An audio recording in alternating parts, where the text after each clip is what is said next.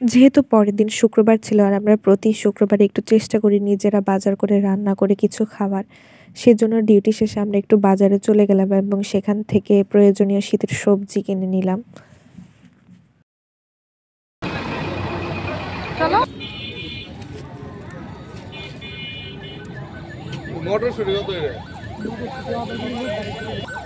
তিনটা দিয়ে দেখো এসের উপর ওয়েটের উপর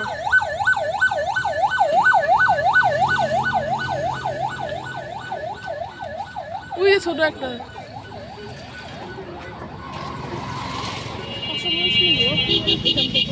হ্যাঁ নাও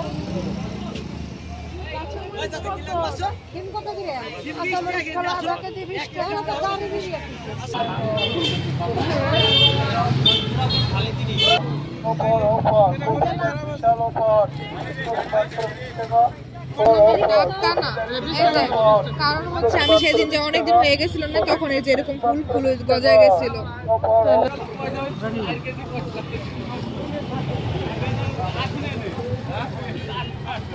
হ্যাঁ ফুলকপিগুলো ভালো। তিনটা 20 বললো অনেক। তিনটা 20 বলছো তিনটা 20 বললেন না। আজকের মতো বাজার শেষ, এখন হলে ফেরার পালা। গিয়ে দেখাচ্ছি আমরা কি কি কিনেছি। অনেক আর কি বাজারটাই না করে আসছে বাজারের এমন কিছু রাখি নাই যেগুলো উঠে নাই, যা কম বেশি সব নিয়ে আসছি, খালি ই ছাড়া মিষ্টি কুমড়া ছাড়া। দেখাবো আমরা কি কি বাজার করে এনেছি। সর্বপ্রথম কি এনেছে প্রত্যাশা? প্রথম কিনেছি আমরা এই জিনিসটা বাঁধাকপি। বাঁধাকপি কত নিল জানো? 20 টাকা। 4 আটি পালং শাক। 4 আটি পালং শাক কত নিল? 20 টাকা। তারপরে আছে পেঁয়াজ কলি। পেঁয়াজ কলি 10 টাকা না, 10 টাকা আটি। তারপরে আছে আমাদের তিনটি ফুলকপি 20 টাকা। 20 টাকা। আর সাথে আমরা কিনি কেজি আলু। আলু আলু নতুন আলু। ওকে, তারপর এটা থেকে কি আছে? হাফ কেজি গাজর 25 টাকা। 400 গ্রাম কাঁচামরিচ 20 টাকা। একটা খাও। কাঁচামরিচের ঘ্রাণ আমার খুব পছন্দের। তারপর এখানে আছে 10 টাকা ধনে পাতা।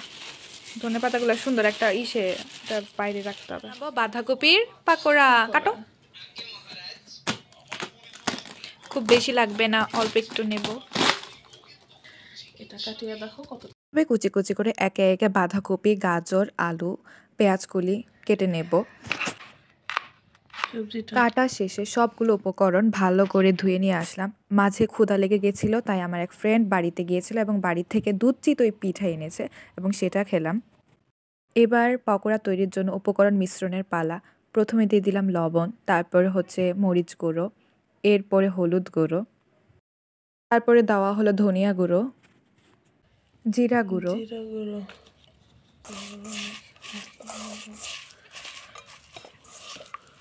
যেগুলো দিয়ে দেবো।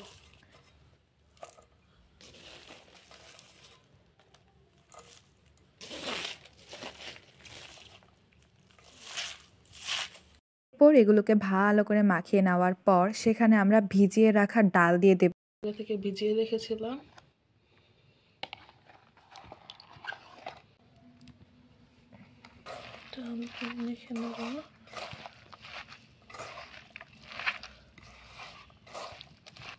এবার এগুলোকে অনেকক্ষণ যাবত একটু মেখে নেব এবং এরপরে এখানে একটা কাঁচা ডিম দিয়ে দেওয়া হলো। তারপরে দেওয়া হবে পরিমাণ মতো বেসন, তারপরে পরিমাণ মতো চালের গুঁড়ো। আবার এগুলোকে ভালো করে মাখিয়ে নেব।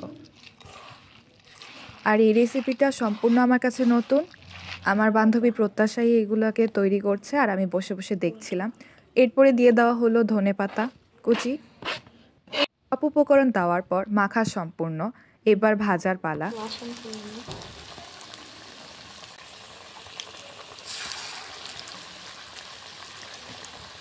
আমাদের বাঁধাকপির পাকোড়া তৈরি। এবার আমরা অন্যান্য বান্ধবীরা মিলে এই পাকোড়া খাবো।